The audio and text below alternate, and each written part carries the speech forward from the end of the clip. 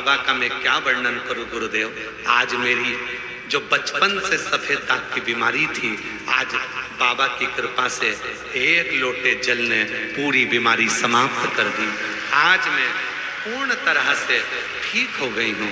गुरुजी, मैं आपको नमन करने आई हूँ कि आपने एक बेटी के जीवन को संवार दिया।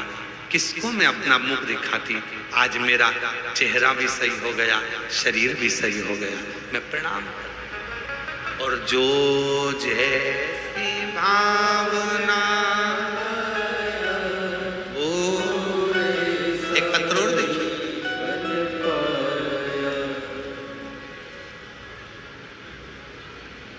मैं सुमन यादव अपने पति अनूप कुमार यादव के साथ ग्राम व पोस्ट गाय घाट रेवती जिला बलिया उत्तर प्रदेश की निवासी हूँ।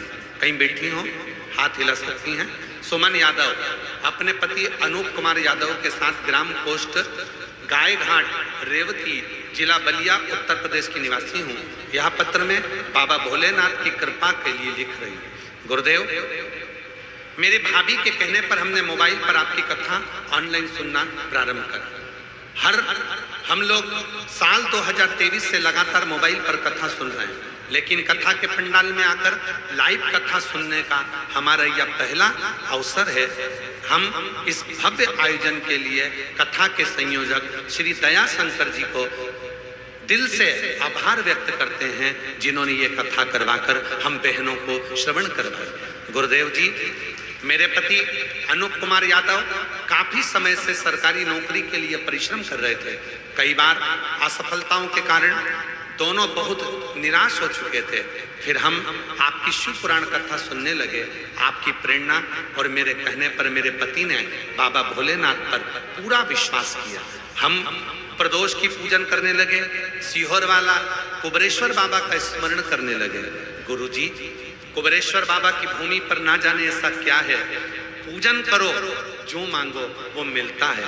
और कुबरेश भंडारी ने ऐसी कृपा कर दी, आज मेरे पति इनकम टैक्स आयकर के विभाग के ऑफिसर बनकर नियुक्त हो गए। मैं बाबा को यहाँ धन्यवाद देने के लिए आई। अगला पत्र है, बेटे का फोटो देखो। जो पत्र लिखा है, ट्रेन चला रहा है बेटा। चरणों को नमन करती हूँ। गुरुजी, मैं प्रेमा देवी पति श्री शिव कुमार केसरी ग्राम चिरंजी छपरा बलिया की निवासी हूँ। टीवी पर आपकी कथा सुनती थी और आस लगाकर बैठी थी कि बलिया में आपकी कथा कब होगी। वाराणसी में जब सतुआ बाबा कथा कराए, उस कथा में वाराणसी की कथा में हम गए। वहां पर बैठकर भीड़ बहुत थी तो पंडाल में नहीं जा पाए। पंडाल के बाहर ही बैठकर मिट्टी में जहां सतुआ बाबा कथा कराए, वही मिट्टी पर बैठकर कथा सुनी। 7 दिन वहां पर कथा सुनकर वहां की मिट्टी को लेकर आ गई। बाबा से प्रार्थना कर आई थी। सियोर वाला बाबा कहता है कि पंडाल में बैठकर जो मांगो वो मिलता है।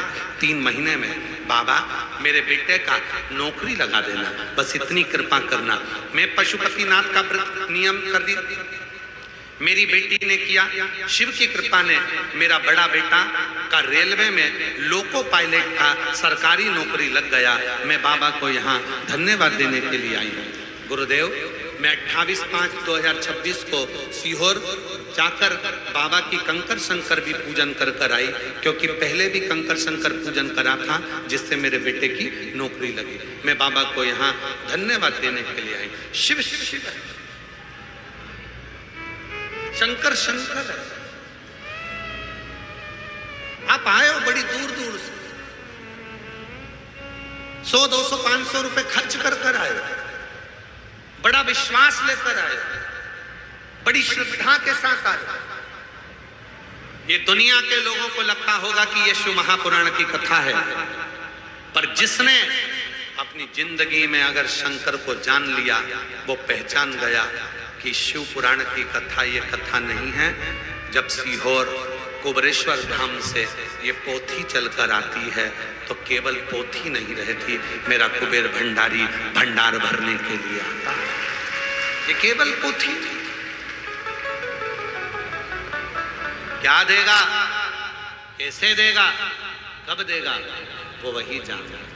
पर इतना भरोसा है शिव पुराण पर, 30 साल कथा करते करते हो गए, इतना भरोसा मेरे महादेव पर हमको है कि जिसने दिल से मांगा है उसको देने में देरी नहीं करी है, 3 महीने में उसकी झोली जरूर भरी है। इतना विश्वास, भरोसा है और उम्मीद है आज भी कथा की इस व्यासपीठ से, बलिया की इस पवित्र भूमि पर दिल से कहकर जा रहे हैं, आप लोगों ने जो दिल से मांगा है 3 महीने होंगे अक्टूबर में, जब उन्नाव में कथा होगी, श्री अरुण सिंह जी जो कथा करा रहे हैं 30 अक्टूबर से चालू होगी। जून में आपने बाबा से प्रार्थना करी है, जब 30 अक्टूबर को कथा में उन्नाव आओगे, विश्वास के साथ कहते हैं तुम्हारा पत्र इस व्यासपीठ पर होगा कि मेरे बाबा ने मुझको, मेरे बाबा ने मुझको दिया।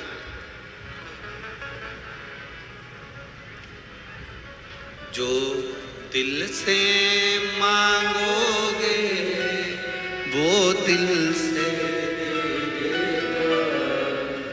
बोलो बोलो, जो दिल से मांगोगे वो दिल से देगा, मेरा भोला भंडारी है, मेरा भोला भंडारी है, खाली झोली भर देगा, मेरा भोला भंडारी है, खाली झोली भर देगा। आप लोगों ने दिल से कथा को सुना, कई लोगों ने पत्र भेजे हैं गुरुजी, एक कोई है पवन पंकज रंजन, जिला बलिया उत्तर प्रदेश से ही है, जन्म दिवस की शुभकामनाएं भेजी हैं पत्र के माध्यम से कि 16 जून को आपका बर्थडे है, जन्मदिन है, जन्म दिवस की शुभ। कई बेटे बैनर लेकर खड़े हैं, कई बेटे आजा आजा अभी ना जाओ छोड़कर, लिया एक वो बैनर भी लिया, एक ये बैनर भी लिया। बस एक एक व्यक्ति आए जिनके बैनर है वही आए, अभी ना जाओ छोड़कर। पत्र ले लो, पत्र पत्र लोगों का भाव आया है, 7 दिवसीय कथा और तेरी कृपा का। देखो इस लाइन को बोलने का कारण ये भी है कि थोड़ी कृपा हम पर हो जाए, ऐसा आपको बोलते हुए इसको सब बोले, तेरी कृपा का क्या है भरोसा, कब किस पर हो जाए, जरा सी हम पर जरा सी तेरी कृपा का क्या है भरोसा, कब किस पर हो जाए, जरा सी जरा सी।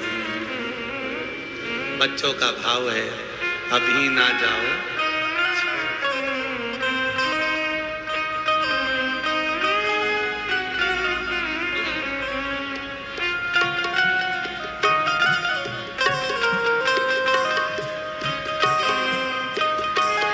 रोते नहीं, फिर आएंगे।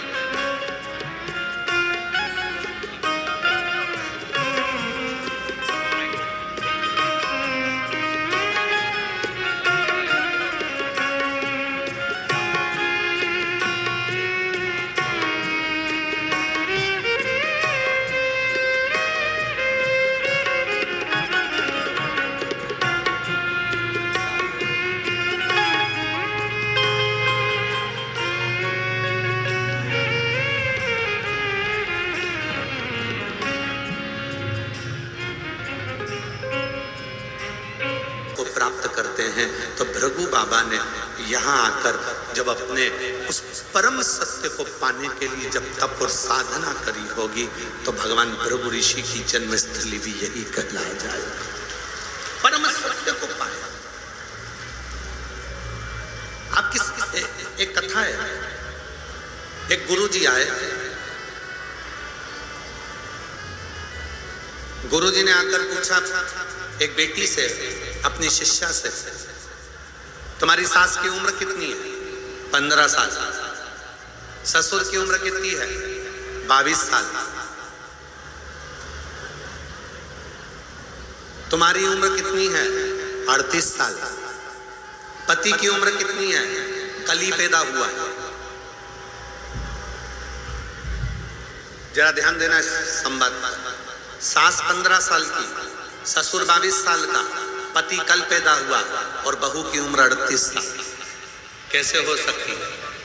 सास को गुस्सा आ गया, मेरे बाल सफेद हो गए कि मुझे 15 साल की कहती।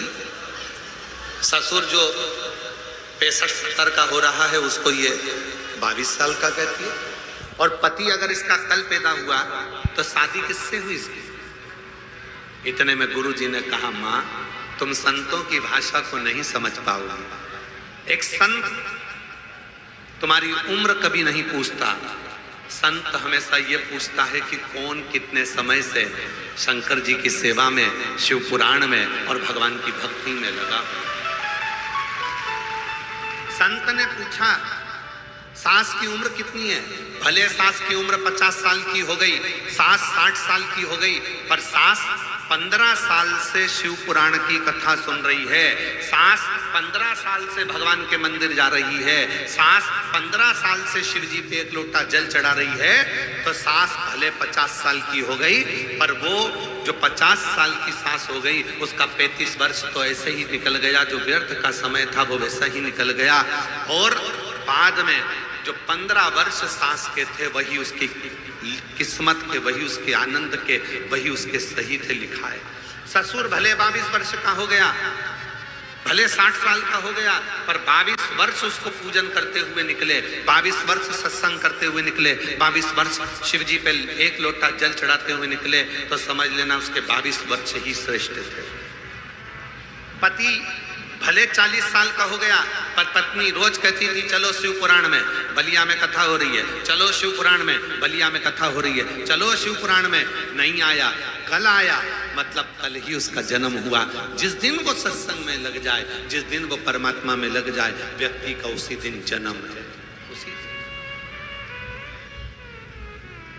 और आप में से भी कई ऐसे होंगे जो 7 दिन के अंदर ही पैदा हुए हैं।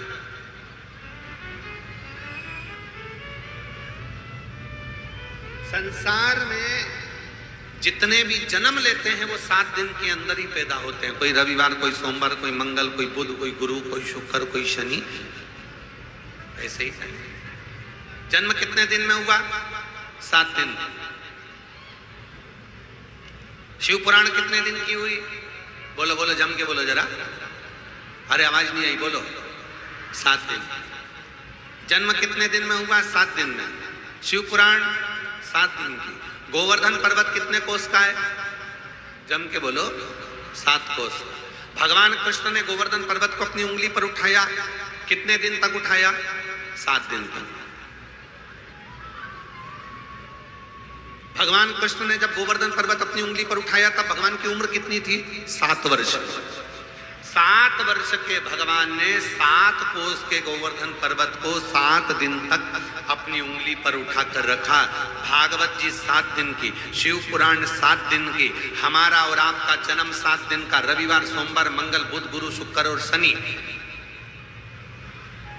रविवार को जन्म हुआ, सोमवार को बड़े हुए, मंगलवार को ब्याह हुआ, बुधवार को बच्चे हुए, गुरुवार को बीमार पड़े, शुक्रवार को हॉस्पिटल गए, शनिवार को सीताराम हो गए। 7 दिन ऐसे ही निकल गए। जीवन के 7 दिन ऐसे ही समाप्त हो। जन्म 7 दिन का है, मृत्यु 7 दिन की है, कर्म 7 दिन का है, जो कृत्य हम कर रहे हैं ये 7 दिन का है। और यही 7 दिन में हमारा जन्म है, यही 7 दिन, यही 7। एक महिला बैठी है, जिसके पति ने पत्नी से कहा कि तू कहती है कि सियोर वाला बाबा कहता है कि अगर पार्थिव शिवलिंग का पूजन करो और जो मांगो वो मिलता। पति पत्नी दोनों आपस में बात करें और पत्नी ने पति से कह दिया, 13 जून को सियोर वाला बाबा अभिषेक करा रहा है ऑनलाइन। सावन के महीने में तो वो कराते ही हैं, सावन की शिवरात्रि पर हर साल, पर अब की बार अधिक मास पढ़ने से 13 जून को सियोर वाला बाबा अभिषेक करा। तुम भी करो। पति ने कहा, सियोर वाले बाबा ने कहा है कि बेलपत्र और चावल का दाना रख लो और कार्य हो जाएगा। क्या ये सत्य हो सकता है? पत्नी ने कहा, अगर विश्वास है तो भगवान क्यों नहीं करेगा। आज उस पत्नी का पत्र आया।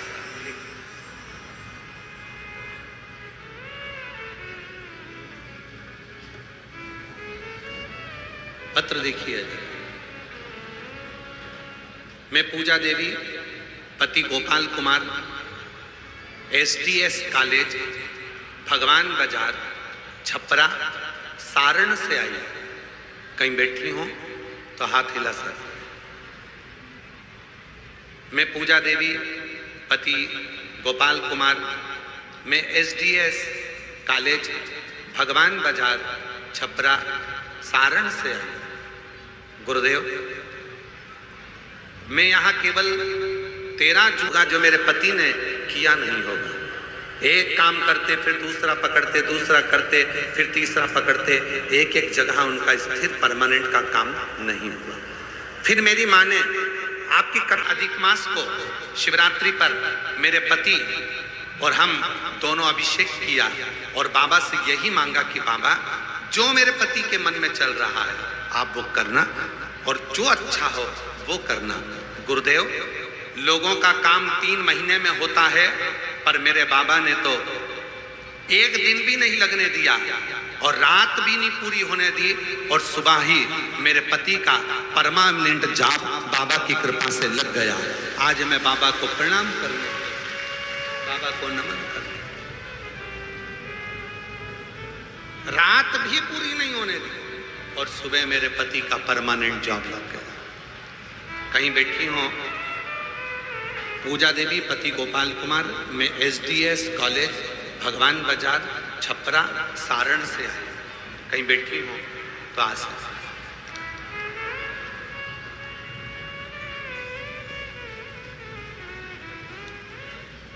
जो दिल से मांगोगे वो दिल से दे देगा, जो दिल से मांगोगे वो दिल से दे देगा। मेरा भोला भंडारी है, मेरा भोला भंडारी है, खाली झोली भर देगा। मेरा भोला भंडारी है, खाली झोली भर देगा। मस्तक पे चंदा है उजियारा कर देगा।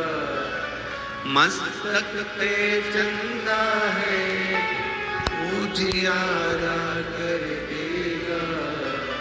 मेरा भोला भंडारी रे, मेरा भोला भंडारी रे, खाली झोली भर देगा। मेरा भोला भंडारी रे, खाली झोली भर देगा। किस कामना से आए? आज सोमती अमावस्या है। अधिक मास की सोमती अमावस्या 30 साल के बाद पड़ी है और वो 30 वर्ष के बाद जो अधिक मास की सोमती पड़ी है अमावस्या, ये शिव की कृपा से आपको शिव पुराण कथा बलिया में श्रवण करने का सौभाग्य। ये उसकी उदारता है। हमने आपको कथा के बीच में कहा था आपसे हमको जलन हो रही है। एकादशी कथा में पड़ गई, प्रदोष कथा में पड़ गई, शिवरात्रि कथा में पड़ गई, कथा की शिवरात्रि कथा में पड़ गई, और बचा कुचा था तो आज 15 जून को अधिक मास की सोमती अमावस्या भी पड़ गई। हमने कहा था तुमसे हमें जलन हो रही है बहुत ज्यादा कि कोई पुण्य, और ये पुण्य हमारा नहीं है और ये पुण्य आपका भी नहीं है, ये बलिया का गौरव है जो भृगु ऋषि की पवित्र तपोस्थली पर बैठकर ये कथा हो रही है, तो उसका आनंद, बनखंडी नाथ जी के पवित्र प्रांगण में ये कथा हो रही है उसका आनंद, बालेश्वर महादेव के पवित्र प्रांगण में ये कथा हो रही है ये उनका आनंद, गंगा मैया सरयू मैया की गोद के मध्य में ये कथा हो रही है उसका आनंद, और वीर क्रांतिकारियों की पवित्र भूमि पर यह कथा हो रही है ये उसका आनंद है, ये किसी दूसरे का नहीं। ये संतों का दर्शन हो रहा है हमारे बीच में, सतुआ बाबा जी विराजमान है, बीच बीच में संत साधु आते रहे, ये सब